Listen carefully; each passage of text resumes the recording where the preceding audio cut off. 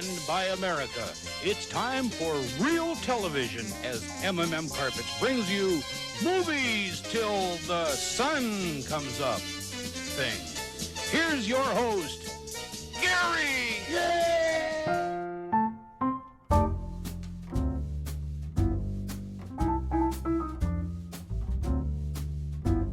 Welcome to Movies Till Dawn, a new podcast that's a safe space for filmmakers to talk about the fascinating and exasperating and always unusual and never quite the same thing twice process of creating motion pictures. I'm Raymond and I'm an occasional optimist. So here's a conversation I had a few months ago with my friend and collaborator, Griffin Dunne. Griffin Dunne, as you probably know if you're listening to this podcast, is an actor. But he's also a producer. But he's also a director. And his career has been cyclical and interesting in this respect.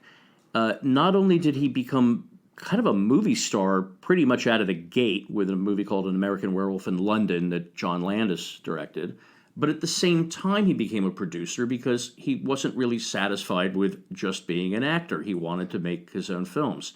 And as a producer, he and his partner Amy Robinson were responsible for some watershed independent films of the late 80s that were very, very important to me as I was just starting my work in this field.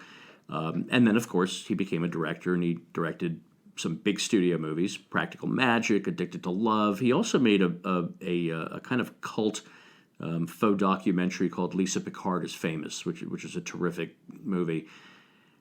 I always wondered how Griffin's very singular career unfolded, and that's what we talk about in these conversations. And in some ways, I think part of what we always liked about each other, and we did work together too. He was in my movie Rob the Mob, in which he plays a kind of low-budget Gordon Gekko figure, and he's hilarious and a wonderful actor to work with. But one of the things that we liked from the time we met each other is, again, that weird sense of what do we share and how do you connect in this strange business. And one thing that he discusses in this interview was he never intended to become an independent producer. It just was a way that he found that he could get started and do his thing. The reason this struck a chord with me is because this kind of happened to me. I had a very privileged beginning in this business, none of which really wound up making any sense to my later life in the movie business. And here's what it is. So when I was 12 or 13 years old, my father, Frank DiFelita, wrote a best-selling book. It was called Audrey Rose, and it was a supernatural thriller, and it got bought for the movies. And the movie got made, and the director of the movie was Robert Wise. West Side Story, Sound of Music, I Want to Live, the setup, Somebody Up There Likes Me, no. And the first Star Trek movie, by the way. And again, I was 12, 13 years old. They were making the movie, and I wanted to go to the set because I had gotten into filmmaking. So my father said, I was supposed to go to summer school that summer, and my father said, well, of course I can take you, but just to be clear about this, Mr. Wise has to approve it. Now, this is very kind of typical of Robert Wise because he was old school Hollywood royalty. He was a director from the days when the director was the absolute authority and he could tell the head of the studio to leave the set. He wasn't a difficult guy, Robert Wise, but he was a formal man. And so my father did him that courtesy, and he said, absolutely, bring your son. I remember from the moment I walked on the soundstage at MGM, it was then the MGM lot, it's now Sony, I walked into this huge soundstage, and the view of the set being lit, the smell of the carpentry, and the wood being cut, and the people doing the work, the whole thing was so cool. It was so magical. And as soon as I walked towards the set, and I saw the actors rehearsing, and I saw the DP, who was Victor Kemper, lighting, and I saw Robert Wise sitting on his chair, overseeing everything with his arms folded, I went, this. I want to be here. I want to do this work. And it was funny because I knew it right away, and I told my father I want to go back. And he said, well, go ask Mr. Wise if it's okay. And I did. I went up to him and I said, I want to learn what you do. And he said, well, I'd like you to do it. He said, take this chair and you can sit next to me. I later found out, because we got to know him better, that this was who he was. He loved giving back to an industry that had given him so much. He was one of these guys who showed up, during the Depression in Hollywood, had no idea what being a film director was going to be. He just wanted a job, and he wound up being a projectionist. He found himself in the studio system. He got promoted to being a film editor. This was how Hollywood used to work, and Hollywood gave him a tremendous life. And he liked the idea of giving it back. So he welcomed me on his set, and guess who didn't go to summer school? That was a 110-page script that shot, I believe, for 85 days. Every set was built at MGM, except for they did 2 weeks of location work in New York. And the day worked like this. So everyone would come in at 8 a.m., and there would be a rehearsal and a discussion and a blocking, and then the crew would light the set. And then there would be lunch. They did not get a shot off before lunch. After lunch, we came back, and they'd start shooting. And for the next 4 or 5 hours, they would do 2 pages of work. After the 2 pages of work were done, and he shot quite a bit. He liked doing a lot of coverage. He was not an editor who became a director who liked to only take what he knew he was going to edit, which is a certain form of old school editor who became a director. No, he was an editor who became a director who was like, don't let me stay in the cutting room with not enough material. So he worked. He worked everyone hard. And yet this day somehow ended around 6 p.m. Then you went to dailies. Dailies, which is, I don't even think a term that's used anymore, but you went to a projection room. And you watched what was done the day before. But martinis and hors d'oeuvres were served. So we would go to a projection room at MGM, and martinis and hors d'oeuvres and an hour plus of material were watched. And I thought as a kid, I said, this is the most elegant work in the world. This is what I want to do. What could be more formal and lovely and gentlemanly and it just seemed to me like a royal kind of experience to be a film director. So that's how I got into trouble. I had no idea that what I was going to wind up doing was trying to raise money for movies, desperately trying to get them shot in too little time. I've never shot a movie that took more than 25, 26 days. We've never not shot in the morning. I mean, you pretty much are shooting from the second you get there, right? I mean, there's just none of that translated into the life that I have had as a director at all, and it never will. In fact, I don't think it really does at all for anyone anymore. That's dead freight, that world. But it was a beautiful introduction to a world that I never got into, because basically studios stopped making the movies that I thought I was going to get to make, and then the independent film world was how you could get to do it. So this is where Griffin comes in. As I was raised in a Hollywood that was soon to be extinct and had to find another way of doing the work that I wanted to do, so did Griffin, who grew up in the same Hollywood and was very much a part of it through his family, have to find his own new way of doing it. He became one of the groundbreakers of New York indie film of the 1980s as a result, and he helped show a lot of us the new way of getting stuff done. And that was my introduction to knowing who Griffin was, and I'm delighted to have become his friend. Here's part one of my conversation with Griffin Dunne.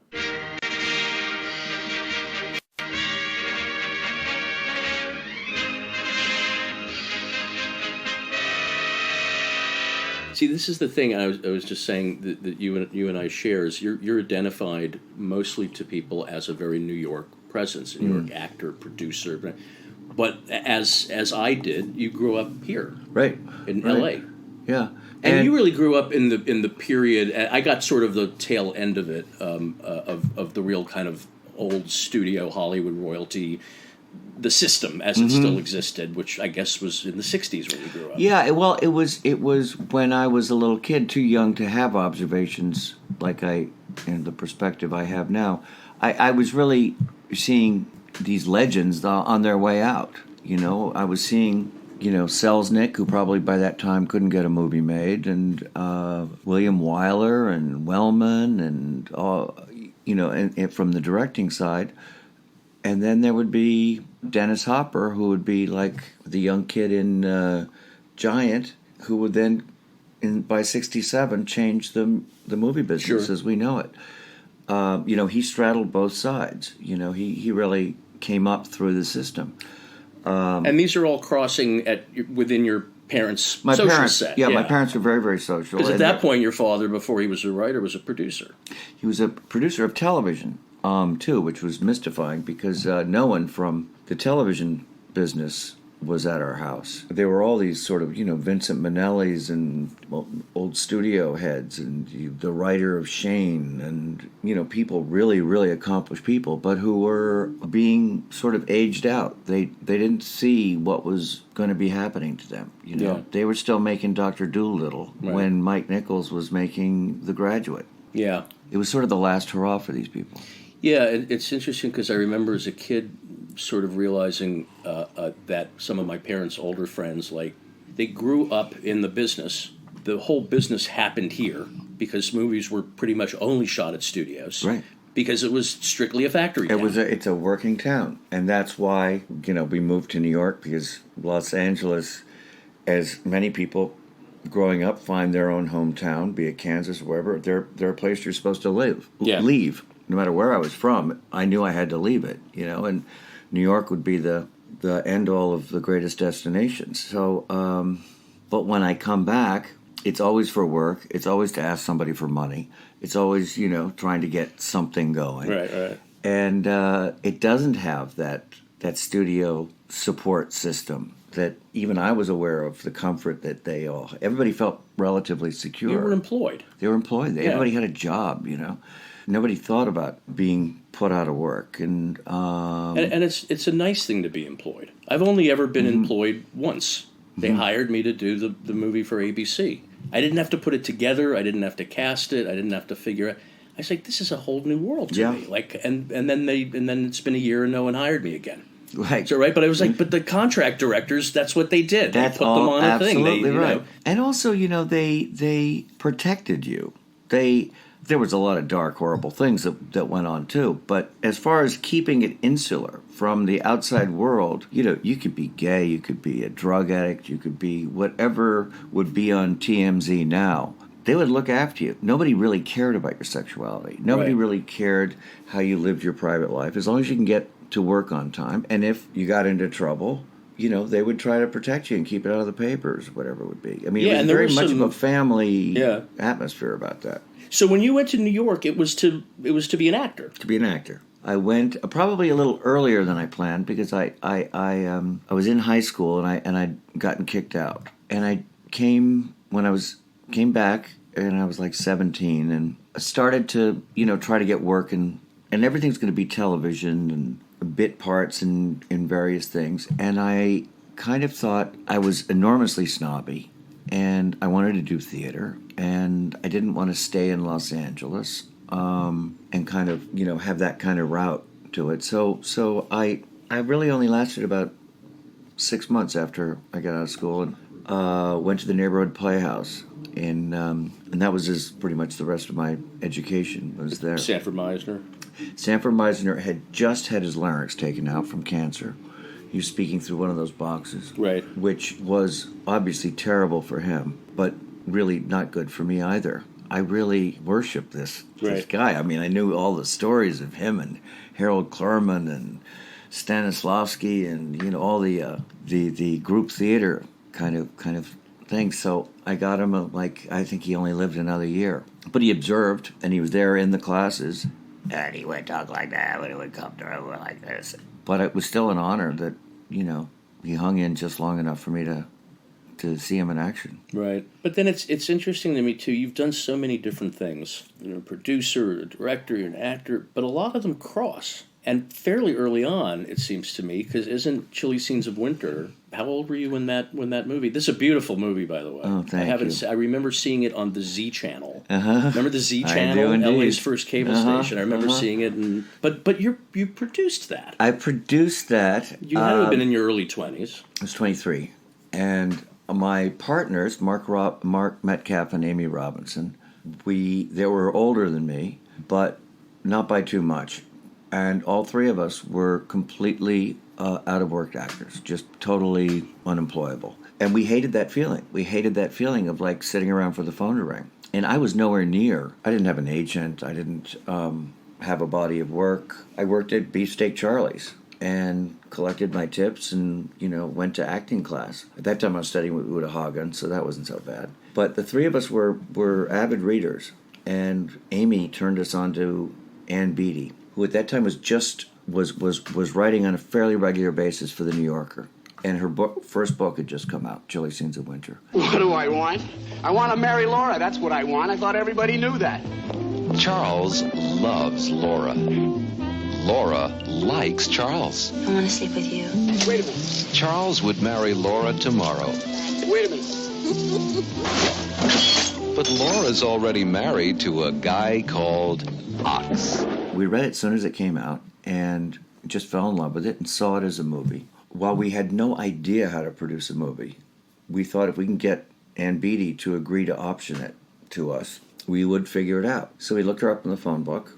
She was a teacher at Harvard. She was not that much older than Mark. And we got in the car without making an appointment, and we drove to Cambridge. And we called from the phone booth, like at the corner of her building. She was listed in the phone book. And she said, okay, come on over. And she said it was like three of her characters walked in her living room. And we got completely hammered. And she, I think Mark made out with her dog. And we got completely hammered. And she said, I only have one. You can option the book, but I'll option the book to you. But I want to play waitress with a beehive hairdo in the movie. We went, done. So she calls up her agent, a literary agent, whose name was H.N. Swanson. He was called Swanee. He represented, William Faulkner and Hemingway and all the great novelists who tried their hand in Hollywood. Right. He said, Swanee, I'm going to let these kids have the rights to Chilly Scenes of Winter. And you could hear him screaming the other end of the line. What have you done? What have you done? He goes, but they're going to let me play a waitress with a beehive hairdo. Anyways, he stuck to his word. And it took us, about 2 years. But we sort of learned on the job, and we were always going to give ourselves parts in it. And we got the book to Joan Micklin Silver, and she'd just done Hester Street, which had even been nominated, I believe. And Joan Micklin Silver's Chilly Scenes of Winter. Now I'm no longer alone. A comedy about people trying to connect in a disconnected world. I don't think you're that great. As a matter of fact, there's quite a few things about you that I don't like. Yeah? Name one. And it was the very first round, maybe the second round of the vogue of women directors, where studios felt really good about themselves. So there were maybe 2 women directors at the time, both named Joan Tewksbury and Joan Silver. Right. Well, I think there was a Joan Darling, too. Joan Darling, yeah. And, I don't think that movement had come about since Ida Lupino, it just wasn't happening. So, and Joan wrote the script relatively soon at 20th Century Fox. Amy and I and Mark would be flown out for meetings, first class, stay at the Beverly Wilshire Hotel, and I would get back in the limo to go back to the airport to go home and change into my little paper hat and sanitary gloves to sell popcorn and Cokes at the Radio City Music Hall. What did Fox? What did they make of us? What was their lore? Like, how did you get? Oddly, it was just we were so lucky. There was a woman named Claire Townsend. She was a studio head. She's no longer with us, and she wasn't that much older than us. And she was like I look back. She probably was about 25, but she was like a sort of a young genius. She was like compared to like a female Thalberg kind of person, and real smart. And this is like, even though the late 70s, this is like people wanted to actually make movies, and Fox was owned by Fox, and it was still a altruistic time, so she believed in us, and that was all we needed, and we really loved her, and she loved, we became really close friends. So I don't know, they got us gave us a pass, you know. And they let us. And then Claire left for United Artists, and she brought us with her. They let her take this script to United Artists, and then they got it going right away. And it was, you know, United Artists was then the company that you know, made the Woody Allen movies that did. It was still the Arthur Krim. It was exactly, yeah. You know, and The original, yeah. the original, which was come in on budget. The vision is yours. Just don't go over budget. So it was an incredible time to be there. The immediate studio heads, we never saw Krim or the other guys, were very excited about an incredible movie that was very expensive, going over budget, but they knew it was going to be huge. And it was called Heaven's Gate. Yeah. And they were so excited about this movie. And I go, God, well, what's it look like? You know, because The Deer Hunter was so amazing. He goes, well, we haven't seen it, actually. But you haven't seen the dailies? No, he doesn't send the dailies. But we think this is, and it was draining so much of their money. We were completely left alone. Matter of fact, we were ignored. So we actually, and we went to the very first screening, where the studio saw it at the same time as the audience. Was it the 4.5 hour? Yeah. Yeah, and it was at the Coronet Theater in East whatever on Third Avenue, and with an intermission. And as soon as the intermission happened, you know, we were in the United Artists section, and the studio was in L.A., but the screening was in New York. The brass shot up out of their seats and ran, like out of the front page of a Billy Wilder movie, just to those phone booths, going, "It's a disaster, it's a fucking disaster, we're gonna die, sell. The American film industry is still trying to cope with a major news story out of Hollywood this week. A $40 million film by an Oscar-winning director may be the biggest bomb in Hollywood history. Get the story now from writer-director Michael Cimino, who spent 2 years and $36 million. And the only people that stuck around after the intermission were people like us, who were voyeurs of disaster. So you kind of you became an accidental producer. You're an actor who became an accidental producer in a sense. Well, yeah, we became. What drove us to it was just the fear and frustration of not working. Right. But I still couldn't get an acting job until this movie, of which I gave myself a part that I don't think had screen time of more than a minute and a half. But it got the biggest laugh in the movie. It was mentioned in every review, this right. minute and a half thing. And then I started to get jobs as an actor. And I'd be able to kind of go back and forth. Because American Werewolf in London follows that quite closely, I think. Yeah, it does. A couple years later. Exactly. You've been unconscious since you were brought in 3 weeks ago. 3 weeks? Now, you've suffered some cuts and bruises, lost a little blood, nothing serious. Black and blue for a while. You'll have some dueling scars to boast of. That lunatic must have been a very fierce fellow. They say a madman has the strength of 10. Lunatic? We've given you a pretty strong sedative. Rest now. Nurse Price will see to all your needs. You rest. I wasn't a lunatic. Beg your pardon? It's an animal. What? A wolf. But John certainly never saw Chili Scenes of Winter. Had never seen, and there was nothing else to see. I don't know. He never had me read. Why did he hire you? I ask him that all the time. I don't know. I thought you were a nice kid. I don't know. Because I don't think, we talked for maybe 15 minutes, and I'm sitting there waiting to read, and he goes, "Oh, there's nothing to read." Anyway, goodbye. And then I get home, and I get a call going, I'm going to have a security guard's going to bring the script, and he's going to stand outside your apartment. I want you to read it right away and tell me if you want to do it. He goes, "I just got one question for you. Are you claustrophobic?" So I figured it was a movie about a guy trapped in an elevator or something. And I didn't know the title or anything. And of course, the answer to that question is, no, I'm not. If he said, "Are you scared of fire?" I would have said, "No, I'm not." I'm actually very fond of it. I'm very fond of fire. And I love claustrophobic feelings. So anyway, yeah, then he just said, "Well, you want to do it?" I'll never understand why that happened. When I became very aware of you was in the mid-'80s. It feels to me, and it felt to me at the time, too, that there was certainly independent film existed prior, but the beginning of it penetrating the mainstream mind started to happen. And I always saw your name associated within that with Baby It's You, and then I guess After Hours.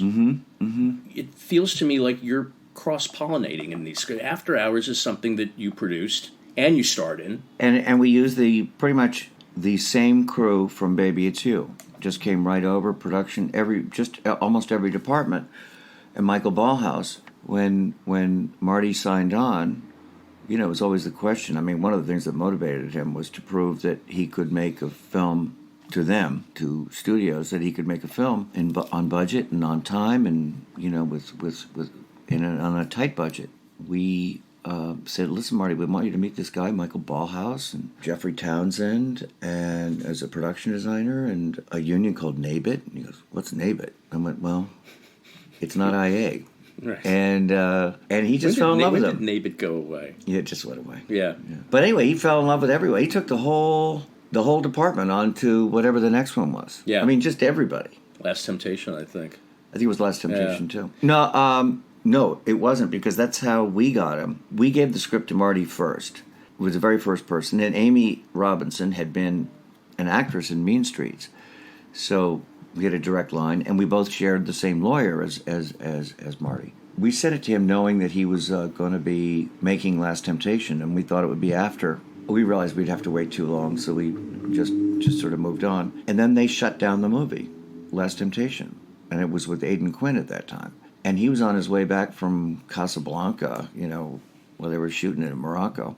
And we were at the top of his pile on the flight back. And then he landed and said, "Yeah, I want to do the movie." Did you develop it? Was it developed for you? It was something Amy found it at. I felt like it was, but he wrote a script as a thesis for Columbia Film School. Dusan Makavejev, he was an assistant to. Dusan Makavejev was a Serbian director, and they were at the Sundance Lab. Redford had just started this program. And Dusan gave the script to Amy and goes, "My favorite student wrote this script. You should read it." And she read it and went, "Oh my God, would Griffin be great in this?"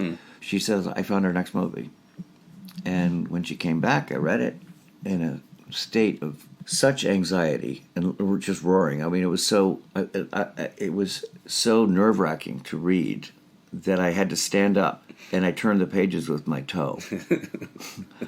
And I go, "Oh my God, oh." What type of pot is this? It's Colombian. That's a lie. What? This isn't Colombian. I don't even think it's pot. That's what the guy who sold it to me said it was. Well, the guy who sold it to you is a liar. So are you. That's shit. Don't get upset. I just won't buy it from him anymore. That's horse shit. Are you all right? Where are those plaster of Paris paperweights anyway? I mean, that's what I came down here for in the first place. Well, that's not entirely true. I came to see you. But where are the paperweights? That's what I want to see now. What's the matter? I said I want to see a plaster of Paris bagel and cream cheese paperweight. Now cough it up. Right now? Yes, right now. They're in Kiki's bedroom. And get them.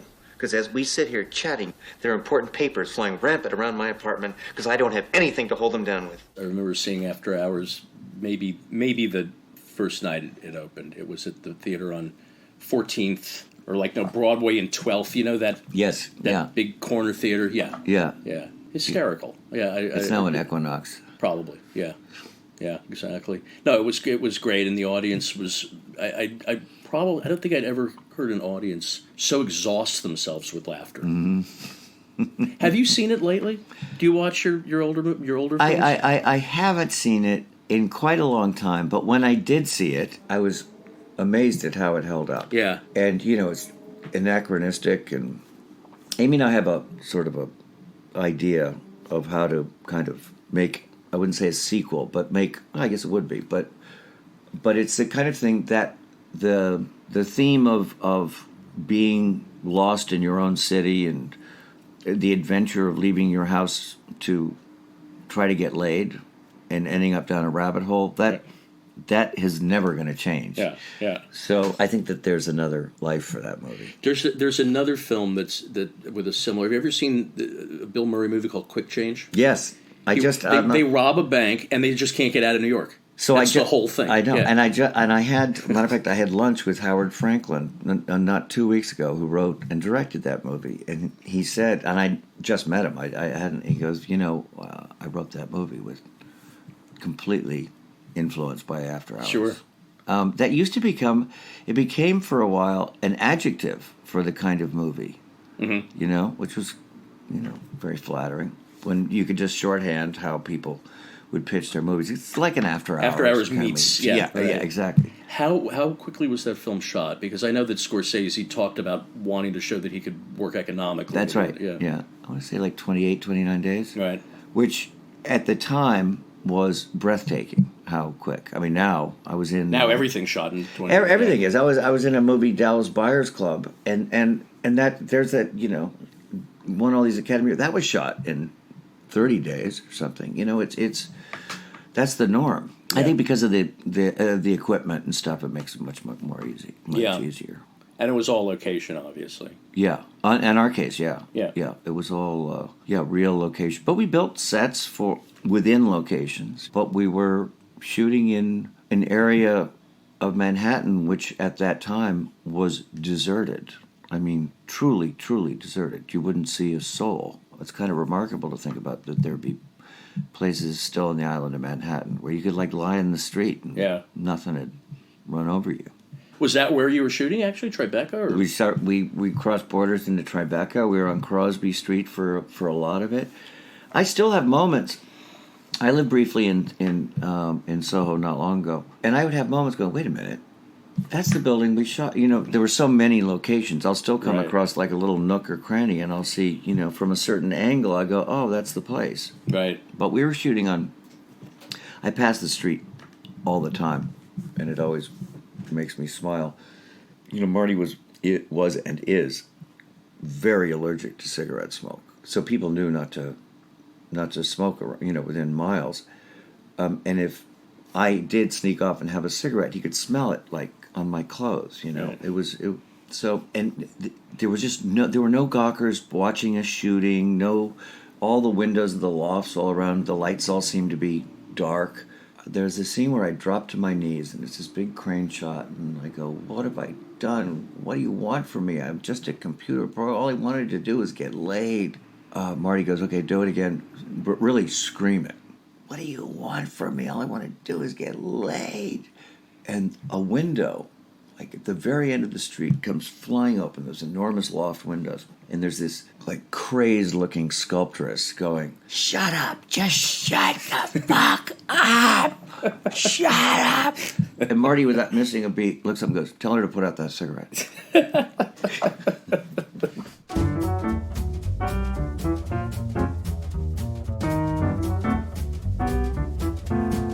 That was the end of part 1 of my conversation with Griffin Dunne. If you enjoyed listening to Movies Till Dawn, I'd love to hear from you. You can email me at moviestilldawnpodcast@gmail.com. You can access these conversations at iTunes, Spotify, TuneIn, Stitcher, Google Podcasts, SoundCloud, YouTube, as well as our website, moviestilldawn.transistor.fm. If you'd like to see some videos pertaining to the guests of each episode, please visit my blog at moviestilldawn.blogspot.com.